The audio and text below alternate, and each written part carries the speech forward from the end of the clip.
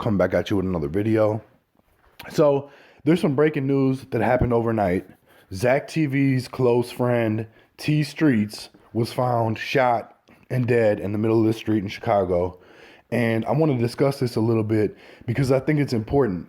So basically, when a lot of people don't know this, but when Zack TV was killed, the rumors that were circulating were that his friend STREETZ was the one who set him up and ultimately had something to do with him being murdered.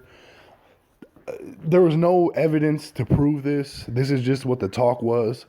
STREETZ even went as far as going to the police station, walking into the precinct, telling them that he was, that he wanted to be investigated for the whole Zack TV situation in order to prove his innocence. So he was pretty adamant about the fact that he was innocent. Now, I'm not picking sides either way. There's no actual evidence that proves that he has something to do with it or proves that he didn't have anything to do with it. And rest in peace to him. But I want to take a second here to address something that I think is really important, because this isn't just relate to the Zack TV. This ties into other cases and other situations in life. Notably, one to remember is Chinks. If you remember when Chinks was killed, before there was a suspect, everybody on the internet was saying Chinks's friend, one of Chinks's friend that was in one of those pictures, was the guy who killed him.